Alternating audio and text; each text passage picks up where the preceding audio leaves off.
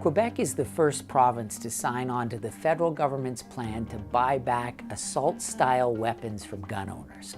This program's been in the making for years, and gun control groups say it's essential. Hopefully, it will serve as an example, as a model for other provinces that haven't taken position yet. Groups representing gun owners are less enthusiastic. All around, just a really bad policy that's not going to keep the people of Quebec safe. Here's how the program's going to work. Since 2020, about 2,500 models of assault-style firearms have been banned by the federal government. Anyone in Canada who has those firearms has until October 30th of this year to either dispose of or deactivate them permanently. After that, it'll be illegal to possess those weapons. Between now and then, the federal government has another option. It wants to buy those guns back, offering compensation ranging from $150,000 to $10,000, depending on the type of gun. After filling out an online form, gun owners would then bring their weapons to a local police station for safe disposal. Then they'd get the money from the federal government.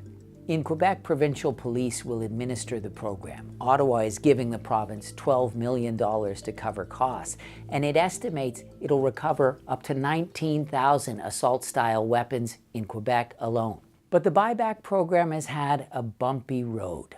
Few provinces outside Quebec have signed on, and some provinces actively oppose the program.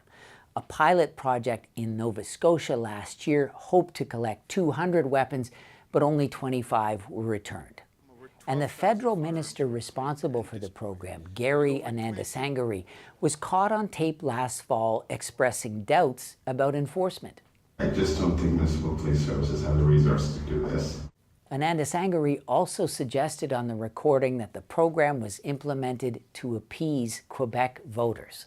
This is something that very much a big deal for many of the Quebec electorate that voted for us. That tape was leaked by a gun owners' rights group, and the group says the tape proves that the buyback program is just for show.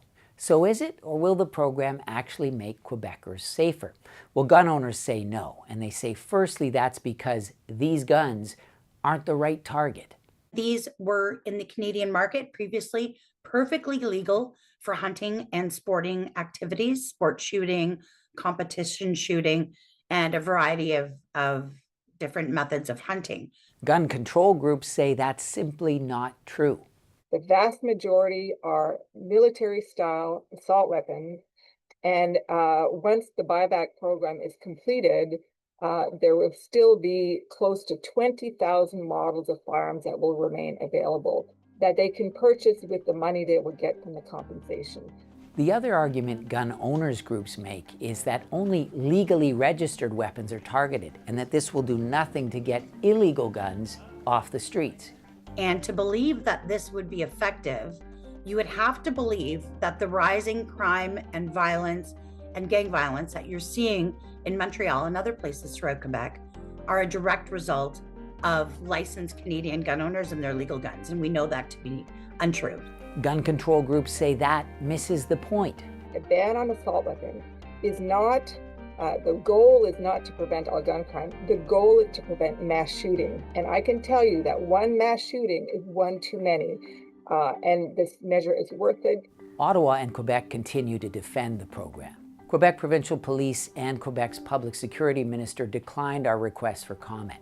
But in a recent statement, the Public Security Minister said, implementing this program is a step in the right direction for safer communities. Although there's still work to do, this is a concrete step in the right direction. The safety of Quebecers is a top priority for our government. And the federal minister says all the kinks have been ironed out. We were able to correct a number of issues that people had identified, both on the online portal and in other means. And I believe we're well poised to be able to launch the program in the coming weeks.